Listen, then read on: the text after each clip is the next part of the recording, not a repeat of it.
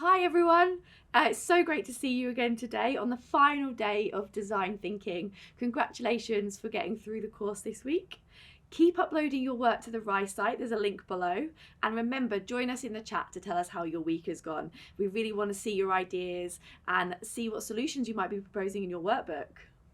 You are all brilliant. You've achieved loads in 1 week only. It's phenomenal. And you're already showing the world that you're amazing at using your design thinking skills. You're a problem solver, collaborator, creative, innovative, fantastic. Keep going. So this is our last broadcast and we can't wait to share with you our guests for today. Have you ever heard of the term squiggly career? Let's head back over to hear from Rebecca Ray Evans again, who's going to talk to you about what happens if your career gets a little bit squiggly and why that's something to embrace and not to fear. So over to Rebecca.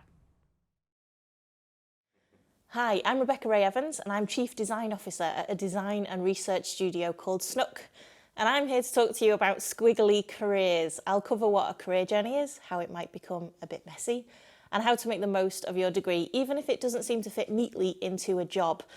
But ultimately, I'll talk about how you might want to get to where you want to get to and how to know where that is. The title Chief Design Officer is essentially the most senior role possible in design. It's my job to make sure that the organisation runs effectively and is successful, along with the rest of the exec team. I don't do it on my own. You could say I've reached the top of my game, depending on what your measure of success is for your career. But to get here, you could definitely call my path somewhat squiggly. I've been working either full or part-time for about 20 years now, but my journey started even before that, before I thought about my first job, when I was in high school. When we were about 13, we had to choose particular subjects that we wanted to take. I don't know if you still have to do that anymore. I'm quite old. Anyway, back then I was stuck deciding between whether I wanted to do physics or art, my two absolute favourite subjects, but obviously very different career paths. I chose physics and I started my first job as an avionics engineer building military aircraft with BAE Systems, or British Aerospace as it was known back then. Yeah, it was really, really cool working on live Typhoons and Harrier jump jets, but I just realised there was something missing. I really wanted to try that art thing I had in the back of my mind. I also figured that maybe I was a pacifist, so maybe not the best job for me. So I jumped ship and I started a design degree, and then I followed a very squiggly path working in marketing, digital research, social media, and finally strategy and design, where I am now in a leadership capacity. Why was my career so messy before I started doing what I'm doing now? Well, I think that one reason is because the work in reality is never really what you expect. For example, in university, I had this idea that I might be in a job where I would travel loads. And my last few jobs, I've travelled all over the world with my work. And travel is the absolute worst bit of my job. I hate it. And I would never have known that until I did it. When I became an engineer, another mistake I made was that I thought it would be full of problem solving, which I really enjoyed in school. But it isn't really, not unless you're a super senior technician and then you sat at a desk all day, which I didn't think I'd enjoy. Or you're in R&D, research and development, which is impossible to get into. About 5 people every few years get to work in that team. So it is, I think, about discovery. Sometimes when you have a squiggly career, it's about finding out what jobs are really like when you start doing them. But, word of warning, hopping jobs, particularly when it's a very different type of job, is never really the best option.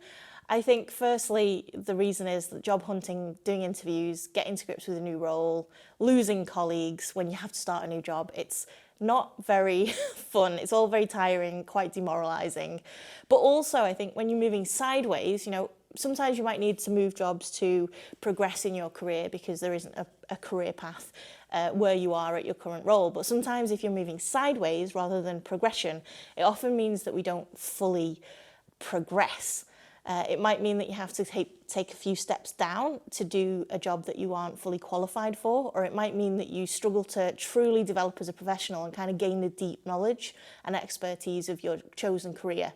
So there are downsides to squiggly careers. It also doesn't look great on a CV always. So although you have to try some things as you go, and sometimes jobs just aren't the right fit, it is good to kind of stop and reflect on what it is about a job that fulfilled you and what it is that you hated, so you can make a more informed decision next time. If you take my travel example, I thought I wanted to travel, but when you dig down into this and ask why I thought I wanted to travel, I think actually what it was the idea of the literally high-flying business executive, with her briefcase and her suit, flying off to see her client. It's something that you see all of the time on film and TV as a picture of success, and I had subconsciously, I think, picked up on that. And I think to some level we all probably do. I never really liked the act of travel much. I like going on holiday, who doesn't? But I hate packing, I hate flying, I hate being bored on a train, I hate being away from my family. I did not want to travel regularly at all. I just hadn't really unpicked it properly. Interestingly, a tool that we use a lot in design in my career to try and figure out the underlying problem or need is called the 5 whys, where you just ask why 5 times of someone, and you eventually get to the underlying want or need or problem. Later in my career, I did the 5 whys on myself plenty of times to try and figure out what I really wanted. And if I'd have done it about this whole idea of travel, I would have saved a lot of messing around. So although it seems a bit naff, try and do some thinking and reflection on truly what you think you might want your life to look like and what really matters to you. What does success look like to you? I personally got into a bit of a career rut about 5 years ago, and I hired a coach. I hired someone to help me kind of get out of it. And she made me do a mood board of exactly this. What do I want out of my life? And I thought it was really stupid at the time. Mood boards aren't really my thing. But I did it, and I actually regularly looked back at that mood board, and it kept me really focused on what it was that mattered to me in my life. Interestingly too, I never really wanted to be the boss. I never really wanted to be a chief design officer. I just wanted to be really good at what I did, and I wanted to enjoy my work. And I think that that's what's led me to this position rather than chasing money or titles. Another thing I wanted to touch on is research. It's maybe another part of what I did wrong with my travel desire. I guess I didn't really know what travel for work looks like. I didn't know that you'd be on economy class trains up and down the country until late at night eating rubbish train sandwiches for your main meal. You're also doing it on your own, so although it was nice getting an extra half a day to look around Paris, it was just me alone again in another place. What I should have done was ask people in the know what it was like to travel for work, and this goes for all aspects of careers. Talk to people, get close to their work if you can, try it out, do live projects at uni, network. And I think iteration is another big part of this. What you thought you'd like, maybe you don't when you try it out, or vice versa. Along my journey, I found out positives. I found out that I really, really like strategy, and I really, really like research, and I didn't know that until I gave it a go. And this was all despite starting out in a design capacity. I think sometimes people ask, how do you pivot from one job to another that might be slightly different? Well, there are always transferable skills in jobs, and the key is to lead with this. But honestly, you might not like my answer. When I moved from an engineer to a designer, I did a 4-year design degree to get into design. And in order to do that degree, I had to work in the evenings to build up a portfolio. So it wasn't easy. If your shift isn't as drastic as that is quite a drastic shift. For example, I made much less drastic shifts after that one. I went from working in a visual design studio to working in social media, which is quite a shift, but much less than engineer to design. It might come more easily then. I didn't have to do another 4-year degree to move from visual design to social media, but it still did mean that I had to read loads of books in my spare time. I had to experiment on social media in my spare time. I had to build up my own projects. I also was really well networked from attending events, and actually I used to run my own events at the time. So I knew the owner of an agency who was willing to take a punt on me because he knew me personally and I had a really good reputation. So these people are likely to be your key when career shifting as well. Find people who can support you from that new industry. That old phrase, people buy people, I think it's really, really true, and it really helped me. Finally, I also considered my desires for my personal life. Each year I reviewed where I was in my career. I'm so lame. But I also looked at finances, hobbies, and relationships and everything else that mattered to me. And it all worked in tandem. A good example of this is I work part-time now because I have a baby and I wanted to spend time with her. This obviously has impacted on my finances, the sorts of job I can get, and everything else. So it can't be looked at in silo. Doing this every year made me decide that I wanted to work in the charity and public sector as well, instead of the commercial sector, because that's where my personal interests lie. And it made me realise that I prefer controversially, working in the same job as my husband, but that's a whole different story. But I wouldn't have known any of that, and I wouldn't have been able to get where I am without thinking about it, reflecting on it, and planning. Hopefully, being reflective and thinking holistically about your whole life, doing research and being iterative along the way, and also really truly understanding your own needs will help us all decide what we want to do and what is really important to us. I hope my story was helpful. Good luck on your squiggly or straight career journeys. Really interesting. Thank you so much for that. Yeah, so interesting. I definitely had a squiggly route through my learning and then into work. And actually, on reflection, I'm really happy that I did. Yeah, I can really relate to that too. You never know what your future might include, and squiggly can be exciting. So, we are back with Jonathan Ball one final time to get some great tips and learning on how to present an idea. This is what you'll be doing when you take your T-bar posters from your workbook back into your departments. So over to Jonathan to see what he has to share. There's going to be a number of times when you're designing and innovating, when you're tackling a challenge, that you're going to have to present your ideas and perhaps the stage that you're at. And I have a sort of a checklist that I go through to make sure I'm sort of covering off all the right things to really make sure I get across what it is I want to say as clearly as possible. I'd start with talking about what the challenge is that I've addressed or been asked to address. I'd talk about who it's for, if you like, the stakeholders. And I'm really mindful that when I say stakeholders, I'm thinking in the broadest sense.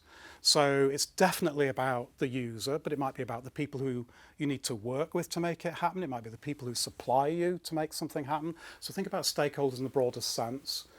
I think about, do I need to do any more research, user research? So I've actually got close enough to the people that I should be mindful of. So I'll probably call out the different types of user research that might need to be done to sort of complete the picture. I'd think about what the prototyping and testing is that maybe needs to be done off the back of the stage that I'm at. And I'm a big fan of prototyping and testing early and often. People talk about iterative loops. I'm not really a fan of the word, it's the right word, but I find it easy to think about make, test, learn, make, test, learn. And rather than go design, design, design, think, design, design, design, all the way to the end, and that's what we want to do, then I'm constantly, right from the outset, wrapping in these little make, test, learn loops so that when I do get all the way down, I've really knocked the idea into shape and it's a really, really strong idea. However, there'll still be more prototyping and testing to do when you get to move on. I'd think about what the action plan is. So I'd propose what I think the time scale is for things that have to happen next. It might just be to prototyping and testing. It might be to going to market and going to the user. And I would always do a couple of extra things. I would always have an image that shows what the idea is and really clearly describes it. And it might be done as a process flow, but it's even better if it's got people in it, if it's got the place where this thing happens in it, that really sort of sucks me in. And when I say an image, it doesn't have to be fancy, it doesn't have to be digital. You know, it can just be with a couple of pens and it's sort of been roughly sketched, but something that really draws the people in that you're telling the story to, so they get a sense not just of the words that you're using, but actually get sucked into the idea as well. And if the project hasn't got a formal name, then I'll give it something that aligns with the idea. And I've designed toys, I can't help alliterating, so it'll probably be something that sort of plays to alliteration, you know, 3 T's in a row or something like that. And there'll also be a strap line behind it, something that sucks me in with a bit of extra description. That's probably my sort of top tips for a checklist for starting to present an idea, to either go to the next stage or just to get buy-in from colleagues to work alongside you. We hope that you found Jonathan's advice really helpful there. Absolutely. So, as part of your day 4 on design thinking, we're going to take a moment in time and pause at this moment in the double diamond process to just take a minute to reflect. Reflection is one of those words that we hear all the time. It's bandied about, especially in academic life and in relation to assignments. But what does it actually mean as a skill? Some people find it so easy or even obvious, while some of us find it quite tricky. Here is Chris Little to talk through how to explore your working out and how you can apply this to what you have done using a really simple model. Let's take a look. Hi everyone, I'm Dr. Chris Little from Manchester Met University Teaching Academy, and I've been teaching reflection to university students for about 10 years now. I also teach it to your lecturers too, and it is without doubt one of the most useful skills you'll ever learn, but it can sometimes be a bit obvious seeming or difficult, so do bear with me. Reflecting on your experiences is what allows you to get the real good stuff out of the things that you do. Think of it as similar in the way in which a lot of people are taught to do topics like maths. You get credit for the right answer, but you also get credit for showing how you got there. So reflection is basically the second bit, showing the working out behind your successes or your skills. In terms of your experiences during design thinking and the rest of Future Me Week, I'm hoping this video will help you to articulate the working out behind some of the successes you have here. A really simple and easy to follow model of reflection is the what, so what, now what model, developed by Driscoll in 1994. People tend to like this one as it gets you to do some future thinking as well as thinking about the things you did and how you did them. So firstly, in the what section, you talk about what you did, what you made or what you achieved, and you try to keep this part of the process relatively simple. And the second stage is really where it's about exploring how you did that thing and why it's important enough to explore further, answering that so what question. So some useful questions here are, how specifically did I do this, for example? What concrete actions were part of the process of achieving this thing? Why did I do what I did in the specific way in which I did it? Was that something that I've done based on experience of it working successfully previously, or are there other sources of information that have helped to steer the way in which I worked? And then finally, there's the now what section, which is where we move to a little bit of future thinking or a little bit of hypothetical thinking to show that you can manipulate the things that have happened to you. So again, some example questions here to help drive your thinking is, if you had Future Me Week again, would you do the same thing again? Exactly the same way. And if so, why? If not, how would you do the design thinking program differently? And again, why? And then another really great question that can help to develop your reflective practice and move you forward as a person is, how would you look to develop in this area moving forward? So if you think you've produced something really wonderful or you've developed a really great skill, how are you going to continue to do that? That's a really great aspect or trait to have in your character. And in terms of tying this to things like jobs or careers, they're the sort of things that people want to see, that ambition. There's also a more recent model by Manuchehri that covers much of the same ground as the above, but has a really crucial step in the middle that's about confronting aspects of your performance, or your input, or your product that perhaps could have been improved. And I think it'd be really good for you at the end of this experience to reflect upon not just the successes, not just the things that you can list, but whether or not you could have given a bit more to the experience, or if something was blocking you from doing so, what was it and why? Really confront the things that perhaps you don't want to sometimes. Reflection is crucial to developing yourselves as students, and as people for that matter, and it's particularly helpful when thinking about situations you might encounter, such as job interviews or assessment centres. Often everybody there has the criteria to be employed. It's the conversations that you have around those criteria, around those successes, which will often get you the job. And this is where that working out really comes into its own. And if you're already well practiced in exploring your successes rather than just listing them, then you really will be in good shape in things like job interviews. As I kind of wrap up, if I can be honest with you, reflection really hasn't always come naturally to me, or easily for that matter, but it has always been a valuable thing, and it has always been an impactful thing for both my career and my personal life. I hope this has been of some use to you. Thank you for your time, and take care. Thanks, Chris. Really useful to think about reflection as a very simple process. We hope that this is something that you can potentially take forward with you into your future. With the skill set that you've gained this week around design thinking, we really want to encourage you to take this problem-solving process and take it into everything that you do. And we have an exciting and immediate offer. As you will have heard through the summit, the ManMet Enterprise team want to give you the chance to use these skills and your potential as an entrepreneur. We're going to hear from the Enterprises team, Tiber, who's going to tell you all about it. Hi, I'm Tiber. I work for the Enterprise team, which is part of the Careers and Employability Service. Our team supports students and graduates to start working for themselves, whether that's through freelancing, running your own business, side hustle, or social enterprise. Anybody can be entrepreneurial, so no matter what your background, faculty, or course, anyone who wants to try something new is welcome. We know it can be difficult to get an idea off the ground, so our team is here to support you and encourage you to start working for yourself, answer any questions that you have, and connect you with our enterprise community of recent students and graduates. Our workshops and self-study packs available on Rise will help you learn about a range of topics like how to brand yourself and tell your story, or how to price your work and sort out your taxes. We run the Ideas Festival, where you can explore your ideas by taking part and win up to £1,000 in cash prizes, or applying for the Flash Fund for some money to test your idea out.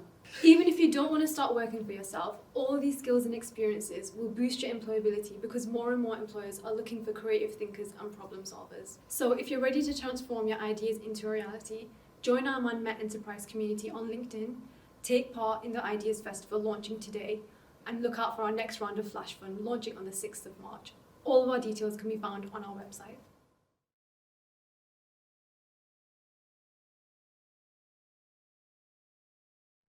Thank you so much for that. So exciting. Everyone who ever wonders if they should be involved, do it. You totally can. Take a chance. Go for it. So that's it. Congratulations on an amazing week and your engagement in this Introduction to Design Thinking course. You've done so well, and remember to celebrate and share your achievements when you head back to your departments. You can utilise these skills and methods to support your studies and your future development. You are a problem solver, a design thinker, you're creative, you're innovative. Tell the world what you've been up to and share your stories. By having fully engaged, can you now talk about those top 10 job skills at the World Economic Forum list as evolving in your skill set? Maybe go and have a look, have a think. You all have so much potential, and we can't wait to once again see your work and hear about everything that you've achieved. Remember, this evening you have the chance to join Art School Live and enjoy the amazing talents of your fellow students. We've got one more thing to say, which is we wish you every success and hope that you continue to explore design thinking further into your futures. Take care. Thank you, and Bye. goodbye.